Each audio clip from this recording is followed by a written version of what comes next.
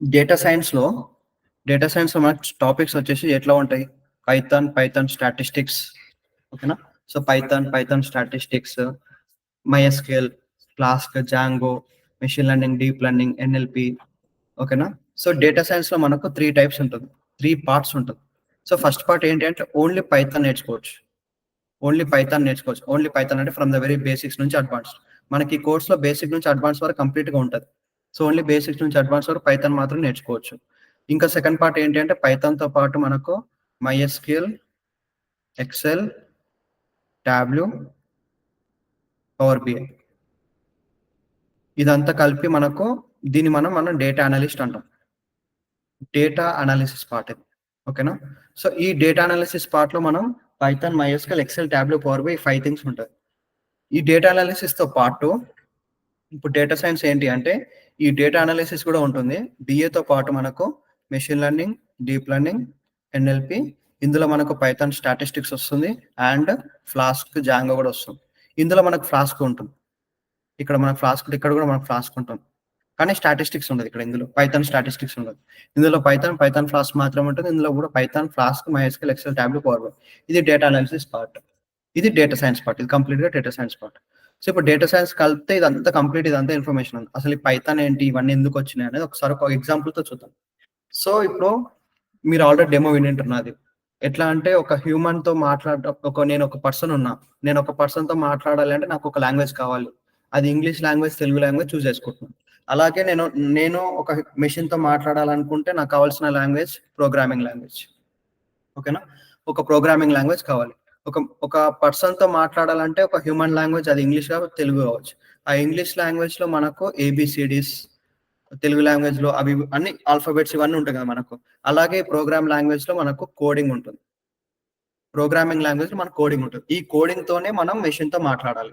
So, ఈ కోడింగే మనకు different types of coding platforms coding languages ఉన్నాయి. అది సి++, జావా కావచ్చు, పైథాన్ కావచ్చు. అందులో ఈ పైథాన్ ఎందుకు చూజ్ చేసుకుంటున్నాం? ఇవన్నీ ఎందుకు చూజ్ చేసుకుంటలేమో తర్వాత చూద్దాం మనం. సో, ఇప్పుడు మనం పైథాన్ చూజ్ చేసుకున్నాం ఫైనల్‌గా. ఓకేనా? సో, ఇప్పుడు పైథాన్ లాంగ్వేజ్ ద్వారా మనం ఒక ప్రోగ్రామింగ్ లాంగ్వేజ్ చూజ్ చేసుకొని దాని నుంచి మనం మెషిన్‌తో మాట్లాడి మనకు కావాల్సిన ఇన్ఫర్మేషన్‌ని డెవలప్ చేస్తున్నాం. అది మన టార్గెట్. ఇప్పుడు సింపుల్‌గా మీకు ఫ్లిప్‌కార్ట్ ఐడియా ఉంటది. సో, ఫ్లిప్‌కార్ట్ అని ఒక ఎగ్జాంపుల్ తీసుకుందాం. సో, ఈ ఫ్లిప్‌కార్ట్ వెబ్‌సైట్ ఏం చేస్తుంది? అందులో చాలా ప్రొడక్ట్స్ ఉంటాయి. క్లాత్స్ అనుకుందాం. ఓకే. క్లాత్స్ ఉంటాయి. ఒక కన్స్యూమర్ వస్తాడు, పర్చేజ్ చేసుకుంటాడు, రివ్యూస్ ఇస్తాడు, దాన్ని కార్ట్‌లో పెట్టుకుంటాడు. లేదంటే దానికి సంబంధించిన ఇన్ఫర్మేషన్ మొత్తం చూస్తాడు. తనకు నచ్చింది చూస్తాడు. అది ఫ్లిప్‌కార్ట్ చేసే పని. సో, ఇప్పుడు ఈ ఫ్లిప్‌కార్ట్ అనేది కస్టమర్స్ ఎలా పర్చేజ్ చేస్తున్నారు? వాళ్ళు అక్కడ అక్కడున్న క్లాత్స్‌ని, అక్కడ ఉన్న ప్రొడక్ట్స్‌ని చూస్తున్నారు. చూసి అంటే వాళ్ళ బిహేవియర్ ఎలా ఉంది అనేది ఫస్ట్ మనకు ఒక డేటా సైన్స్ ఒక క్వెషన్ ఏంటి అంటే, ఆ కస్టమర్ మన వెబ్‌సైట్‌కొచ్చి ఏం చేస్తున్నాడు? అసలు అతను చేసిన బిహేవియర్ బట్టి మనం ఏం చేయాలి ఆ వెబ్‌సైట్‌ని? ఇప్పుడు నేను వెబ్‌సైట్‌ని డిజైన్ చేయాలి యాక్చువల్‌గా. ఆ వచ్చిన కస్టమర్ ఏం చేస్తున్నాడో దాన్ని బట్టి నేనేం డెవలప్ చేయాలనేది మన టాస్క్. ఓకేనా? ఇప్పుడు ఈ ఫ్లిప్‌కార్ట్ వెబ్‌సైట్ ఉంది. ఈ ఫ్లిప్‌కార్ట్ వెబ్‌సైట్‌లో కస్టమర్స్ వస్తున్నాడో, ఏం చేస్తున్నారు, ఎలా పర్చేజ్ చేసుకుంటున్నారు, ఏంటి అనేది మనంతా కంప్లీట్‌గా introduction to the data science. So, ఇప్పుడు మన గోల్ ఏంటి అంటే ఆ కస్టమర్ యొక్క బిహేవియర్ అనలైజ్ చేయాలి. వాడు ఎలా పర్చేజ్ చేస్తున్నాడు? వాని హిస్టరీ ఏంది? వాడు ఎటువంటి టైప్ ఆఫ్ థింగ్స్‌ని సెర్చ్ చేస్తున్నాడు? ఇదంతా ఒక కస్టమర్ యొక్క థాట్స్‌ని, బిహేవియర్స్‌ని మనం ఆహ్, గ్రాప్ చేసుకోవాలి. సో, ఫస్ట్ ఏంటి? పైథాన్. మన డేటా సైన్స్‌లో ఉన్నదేంటి? పైథాన్. సో, ఈ పైథాన్ లాంగ్వేజ్ ద్వారా ఏం చేస్తున్నామంటే, ఆ కస్టమర్ యొక్క ప్రొఫైల్‌ని చెక్ చేసుకొని, వాని బ్రౌజింగ్ హిస్టరీ మొత్తం చెక్ చేసుకొని, వాని పాస్ట్ పర్చేజెస్ అంతా చెక్ చేసుకొని, వాడు ఏ ప్రొడక్ట్‌ని పర్చేజ్ చేసినా ఆ డీటెయిల్స్ చెక్ చేస్తున్నాం. ఎలా చెక్ చేస్తున్నామంటే, ఈ పైథాన్‌లో మనకు లైబ్రరీస్ అనే ఒక టాపిక్ ఉంటుంది. పైథాన్ లాంగ్వేజ్ అదంతా నేర్చుకొని మెల్లగా ఒక అప్లికేషన్ డెవలప్ చేయడానికి మనం ఫస్ట్ నుంచి ఇప్పుడు ఈ ఇంగ్లీష్ లాంగ్వేజ్ మనం సెకండ్ క్లాస్‌లో, థర్డ్ క్లాస్‌లో ఇంగ్లీష్ లాంగ్వేజ్ ఎలా అయితే మనకు లాంగ్వేజ్ ఉంటుంది సబ్జెక్ట్. ఆ సబ్జెక్ట్ రావాలి అంటే ఎల్‌కేజీ, యూకేజీలో ఏబీసీడీస్ గురించి నేర్చుకుంటాం. ఏ ఫర్ ఏమేమి వస్తుందో నేర్చుకుంటాం. అదంతా పైథాన్ లాంగ్వేజ్ గురించి ఫస్ట్‌లో నేర్చుకోవాలి మనం. నేర్చుకున్న తర్వాత లాస్ట్‌కి పైథాన్ లాంగ్వేజ్ యొక్క డెప్త్‌కెళ్తాం. అది అడ్వాన్స్‌డ్. ఓకేనా? అడ్వాన్స్డ్‌లో మనకు లైబ్రరీస్ ఉంటాయి. కొన్ని లైబ్రరీస్. ఈ లైబ్రరీస్ ఏంటి అనంటే, ఇక్కడ కస్టమర్ ఎటువంటి టైప్ ఆఫ్ ప్రొడక్ట్స్‌ని పర్చేజ్ చేస్తున్నాడు, ఏంటి అనేదంతా మనం ఒక డేటాని ప్రిపేర్ చేస్తున్నాం. ఒక డేటాని ప్రిపేర్ చేసి దాన్ని విజువలైజేషన్‌కి కన్వర్ట్ చేస్తున్నాం ఇలా. ఓకేనా? ఒక డేటాను ప్రిపేర్ చేసి దాన్ని విజువలైజేషన్ కన్వర్ట్ చేస్తాం. ఈ డేటా ఏంటి అంటే సమ్ లైక్ కస్టమర్ నేమ్ ఏంటి? తను ఎటువంటి టైప్ ఆఫ్ ప్రొడక్ట్స్‌ని సెర్చ్ చేస్తున్నాడు? తను ప్రైస్ ఎంత రేంజ్‌లో పెట్టుకున్నాడు ఫిల్టర్స్? తన బిహేవియర్ ఏంటి? తను ఎటువంటి టైప్ ఆఫ్ ప్రొడక్ట్స్‌ని చూస్తున్నాడు? ఏం పర్చేస్ చేస్తున్నాడు? ఏం పర్చేస్ చేయలేదు? యాడ్ టు కార్ట్‌లో ఎన్ని పెట్టిండు? ఇదంతా ఒక డేటా ఉంటది. ఆ డేటా అంతా తీసి నేను ఒక రెడీ చేసి పెట్టుకున్నా. రెడీ చేసి ఇక్కడ పెట్టేసుకున్నా. అంటే ఇప్పుడు ఒక్క పర్సన్ గురించి కాదు కదా! చాలా మల్టిపుల్ పర్సన్స్. సో, కాబట్టి ఇటువంటి టైప్ ఆఫ్ ప్రొడక్ట్స్‌ని ఈ గ్రూప్ ఆఫ్ పీపుల్ ఇంత గ్రూప్ ఆఫ్ పీపుల్ మంది ఇటువంటి టైప్ ఆఫ్ ప్రొడక్ట్స్ బిహేవియర్ ఉంది. ఇటువంటి టైప్ ఆఫ్ ప్రొడక్ట్స్ బిహేవియర్ ఇంత గ్రూప్ ఆఫ్ పీపుల్ మెంబర్స్ దగ్గర ఉంది. సో, కాబట్టి మనకు ఇప్పుడు ఎక్కడ ఉంది? ఇక్కడ ఉంది ఎక్కువ. 100,000 ఉన్నది. ఇది 50,000 ఉంది. సో, కాబట్టి వాళ్ళు ఇది అనలైజ్ చేయడం స్టార్ట్ చేస్తారు. ఇది ఏంటి అంటే అనలైజ్ చేస్తారు. కానీ ఎక్కువ ఫస్ట్ ప్రయారిటీ దీనికి ఇస్తారు. ఎందుకంటే చాలా మంది దీని మీద ఉన్నారు. అంటే ఎటువంటి గ్రూప్ ఆఫ్ పీపుల్ ఎటువంటి ప్రొడక్ట్స్ మీద ఎక్కువ పర్చేజ్ చేస్తున్నారు. సో, ఫర్ ఎగ్జాంపుల్ ఒక షర్ట్ తీసుకున్నాం. షర్ట్ వచ్చేసి మంచిగా ఒక డిజైన్ ఇక్కడ లయన్ సింబల్ అట్లాంటి డిజైన్ ఉంది. ఆ యొక్క షర్ట్ ఏంటి ఒక లయన్ సింబల్స్ ఉన్న షర్ట్, ఒకటి నార్మల్ ప్లెయిన్ షర్ట్ ఉందనుకుందాం. లయన్ సింబల్ ఉన్న షర్ట్ మంది 100,000 మెంబర్స్ పర్చేజ్ చేసుకున్నారు. ఇది 50,000 మెంబర్స్ పర్చేజ్ చేసుకున్నారు. కాబట్టి వాళ్ళు ఏం చేస్తారు? ఇటువంటి టైప్ ఆఫ్ షర్ట్స్ ఇంకా ఎక్కువ తీసుకురావడం స్టార్ట్ చేస్తారు. అది వాళ్ళ టాస్క్ అయిపోతుంది. సో, ఇక్కడ వాళ్ళు ఒక డేటా ప్రిపేర్ చేసుకొని దాన్ని ఒక విజువలైజేషన్ కన్వర్ట్ చేసిన తర్వాత ఈ విజువలైజేషన్ నుంచి వాళ్ళు డిసైడ్ అయ్యేది పైథాన్. ఓకేనా? విజువలైజేషన్ వరకు వచ్చింది. ఇదంతా కంప్లీట్‌గా పైథాన్ బేస్డ్ మీద మనం చేస్తున్నాం. ఓకేనా? ఫస్ట్ మన లాంగ్వేజ్ గురించి నేర్చుకుందాం. నేర్చుకొని కోడింగ్ కూడా నేర్చుకొని లాస్ట్‌కి ఇట్లా విజువలైజేషన్ కన్వర్ట్ చేయాలి. ఇది మన టార్గెట్. పైథాన్ యొక్క టార్గెట్. దాని తర్వాత Python statistics. So, Python statistics ఏంటి అంటే ఇప్పుడు ఇక్కడ మనం mean, median, mode, average, standard deviation, hypothesis అంటే యావరేజ్‌గా పర్ డే స్టూడెంట్స్ ఎంతమంది వస్తున్నారు? ఎంత పర్చేస్ చేస్తున్నారు? యావరేజ్ గురించి, మీన్స్ గురించి, హైపోథెసిస్ గురించి ఇటువంటి టైప్ ఆఫ్ థింగ్స్ అంతా మనం యావరేజ్‌గా ఒక కస్టమర్ అనేవాడు వెబ్‌సైట్‌లో ఎంత స్పెండ్ చేస్తున్న టైం. ఓకేనా? ఎటువంటి టైప్ ఆఫ్ కేటగరీస్ అనేది కస్టమర్ పర్చేస్ చేస్తున్నాడు. ఇటువంటి టైప్ ఆఫ్ థింగ్స్‌ని మనం ఇక్కడ డిస్కవర్ చేయొచ్చు. So, we can discover like customers ఎటువంటి టైప్ ఆఫ్ ప్రొడక్ట్స్‌ని ఎంతసేపు దాన్ని పరిశీలిస్తున్నాడు. అంటే ఎంతసేపు దాన్ని చూస్తున్నాడు. యావరేజ్‌గా మన టైమ్‌ని కాలిక్యులేట్ చేయొచ్చు ఇక్కడ స్టాటిస్టిక్స్ ద్వారా. Then after MySQL. So, MySQL ఏంటి అనంటే మనం ఒక డేటా ప్రిపేర్ చేసినామా, ఈ డేటానే మన సిస్టమ్‌లో ఉంటది.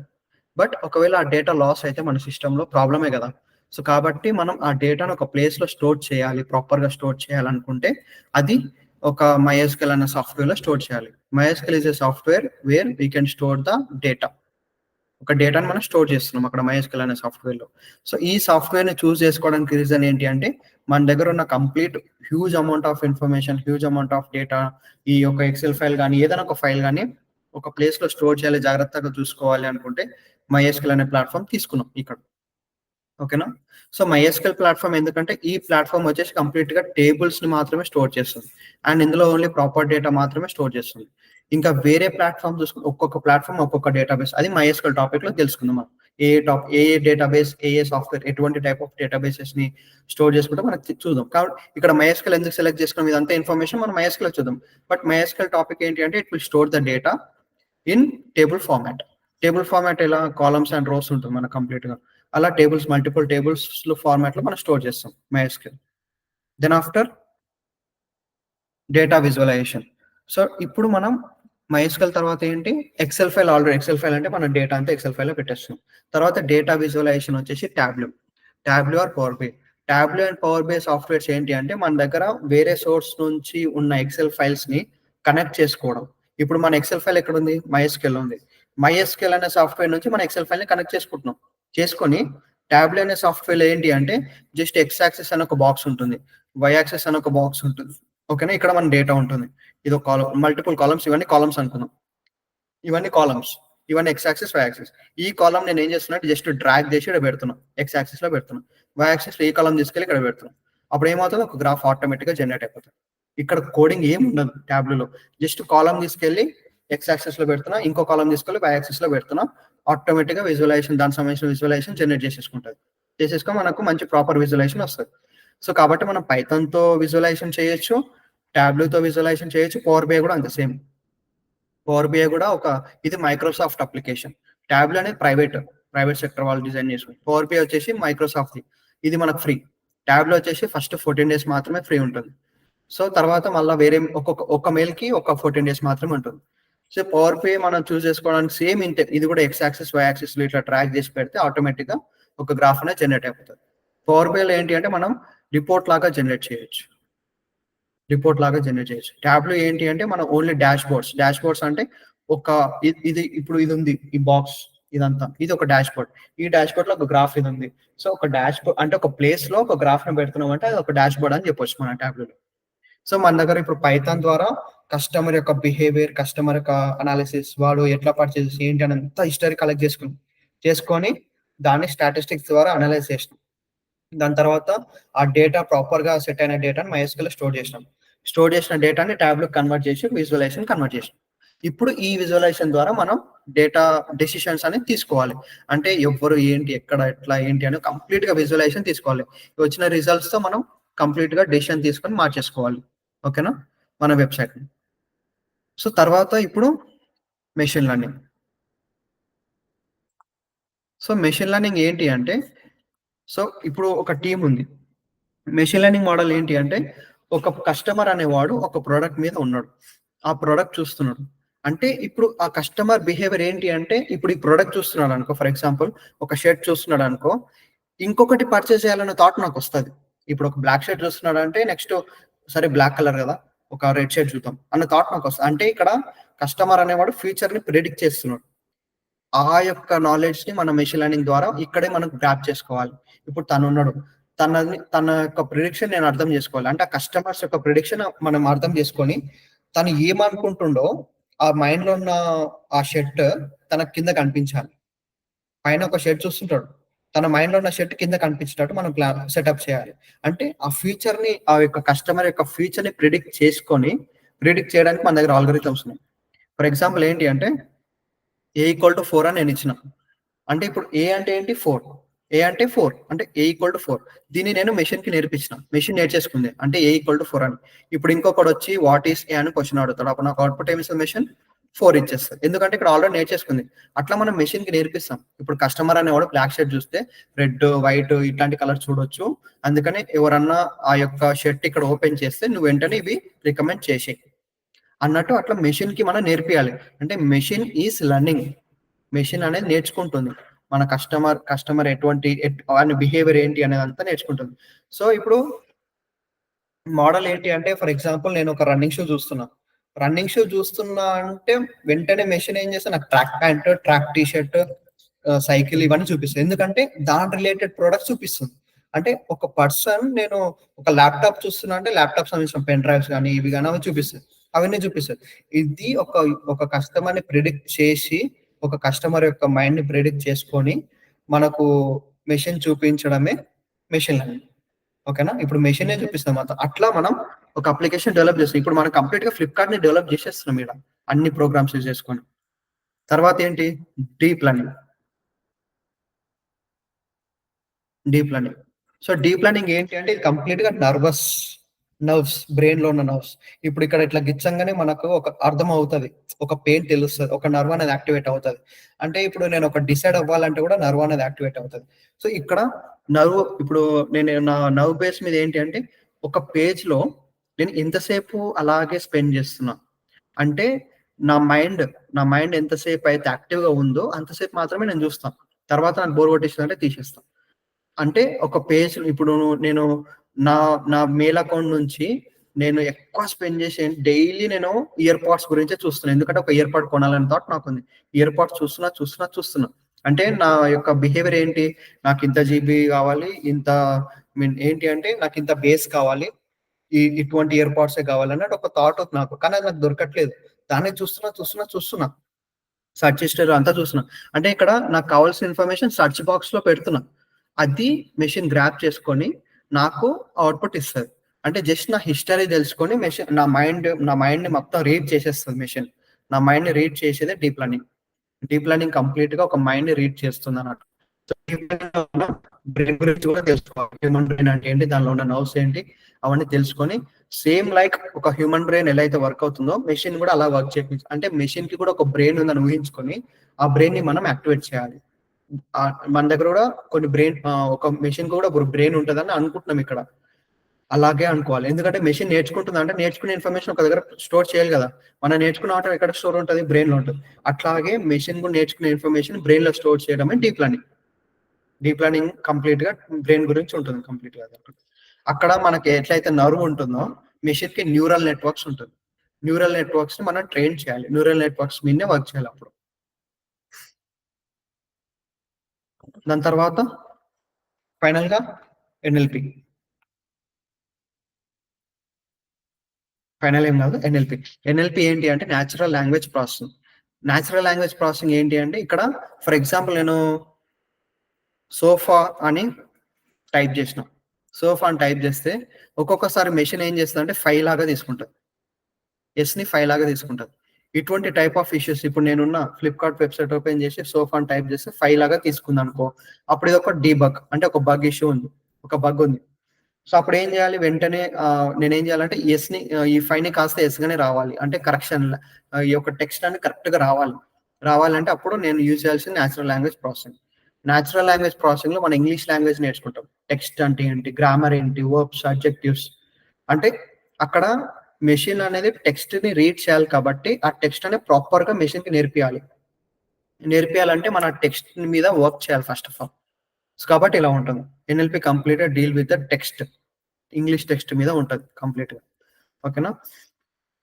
మనం మామూలుగా సెర్చ్ బాక్స్‌కెళ్ళి ఏమంటాం నాకు 128 జీబీ ఉన్న మొబైల్ ఫోన్ కావాలని టైప్ చేస్తాం. ఇప్పుడు ఇక్కడ 128 జీబీ మొబైల్ అని టైప్ చేస్తాం. నాకవి చూపిస్తది. కానీ నేను ఒక్కొక్కసారి 128 జీబీ ఎమ్ అని టైప్ చేసి ఇక్కడ ఓ కాకుండా 0 అని టైప్ చేసిన. 0 అని టైప్ చేసిన. అప్పుడేం చేస్తదది? ఓగా కన్వర్ట్ చేసేసుకొని, నేర్చేసుకొని ఓని 0ని ఓగా నేర్పించేసినాం. అది నేర్చేసుకొని మనకు ఇది 128 జీబీ మొబైల్ ఫోన్సే చూపిస్తది. అంటే టెక్స్ట్‌ని అది ఆటోమేటిక్‌గా మోడిఫై చేసుకుంటాం. మనం మిస్టేక్ చేసినా సరే. అది మోడిఫై చేసేసుకొని మనం యెస్‌ని కాస్త 5గా రాసినా అది యెస్‌గా కన్వర్ట్ చేసేసుకొని మనకు కావాల్సిన ఇన్ఫర్మేషన్‌ని చూపిస్తది. ఓకేనా? ఇది కంప్లీట్‌గా టెక్స్ట్‌కి సంబంధించిన ఇన్ఫర్మేషన్ ఎన్ఎల్‌పిలో ఉంటుంది. నెక్స్ట్ ఓపెన్‌సివి. ఓపెన్‌సివి ఏంటి అంటే నువ్వు ఒక ప్రొడక్ట్‌ని పర్చేజ్ చేసినావు. పర్చేజ్ చేసిన దాని తర్వాత నీకు ఆ ప్రొడక్ట్ నచ్చింది. ఒక షర్ట్ అనుకుందాం. నచ్చింది. నచ్చంగానే నువ్వు ఒక రివ్యూ పెడతావు. ఆ షర్ట్ ఒక ఫోటో తీసేసి ఆ రివ్యూ బాక్స్‌లో పెడతావు. అంటే అప్పుడు ఆ ఫోటోని కూడా మెషిన్ యాక్సెప్ట్ చేస్తుంది గదా!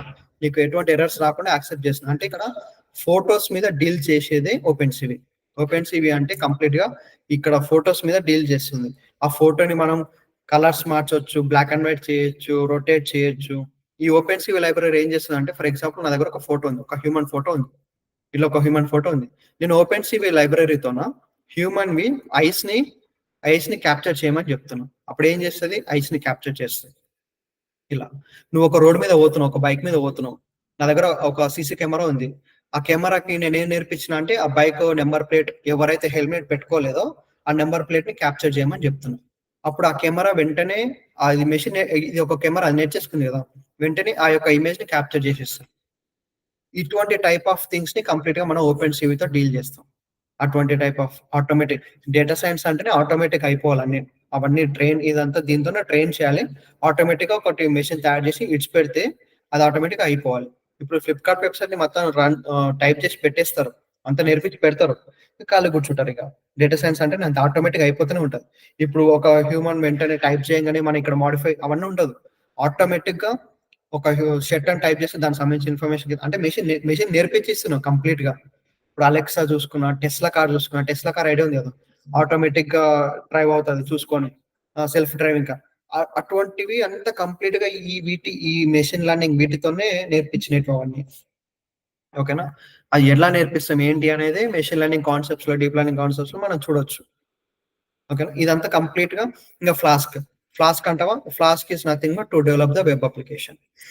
ఫైనల్‌గా ఇదంతా మనం డెవలప్ చేసి ఫ్లాస్క్ అనే లైబ్రరీతోన వెబ్‌సైట్‌ని క్రియేట్ చేయడమే. ఒక ఫ్లిప్‌కార్ట్ వెబ్‌సైట్‌ని క్రియేట్ చేసి దాన్ని పబ్లిష్ చేయడం. Flask library is nothing but to create the web application. ఓకేనా? ఇదంతా కంప్లీట్‌గా మన దగ్గర ఉన్న డేటా సైన్స్. మీరు దాంట్లో డేటా అనాలిసిస్ పార్ట్ అన్నారు. డేటా అనాలిసిస్ పార్ట్ అంటే ఏంటి? పైథాన్‌లో వాళ్ళు డెవలప్ అంతా క్యాప్చర్ చేసిన ఇన్ఫర్మేషన్ ఒక డేటా సెట్‌గా కన్వర్ట్ చేసుకొని దాన్ని విజువలైజేషన్‌గా కన్వర్ట్ చేయడమే డేటా అనాలిసిస్ పార్ట్. ఆ కన్వర్ట్ చేసిన డేటాని కంప్లీట్‌గా మెషిన్ ద్వారా నేర్చుకొని, ఇదంతా ప్రొసీడ్ అయ్యి, ఒక అప్లికేషన్ డెవలప్ చేయడమే డేటా సైన్స్ పార్ట్. ఓకేనా. ఒక కంప్లీట్ డేటా సైన్స్ నేర్చేసుకుంటే, మీకింక ఎటువంటి బ్యాలెన్స్ ఉండదు. ఇది కంప్లీట్‌గా డేటా సైన్స్. క్లియర్? ఇంకేమైనా డౌట్స్ ఉన్నాయా? ఈ సింపుల్ ఎగ్జాంపుల్‌తో మీకొక డేటా సైన్స్ అంటే ఏంటి క్లారిటీ వచ్చేసింది.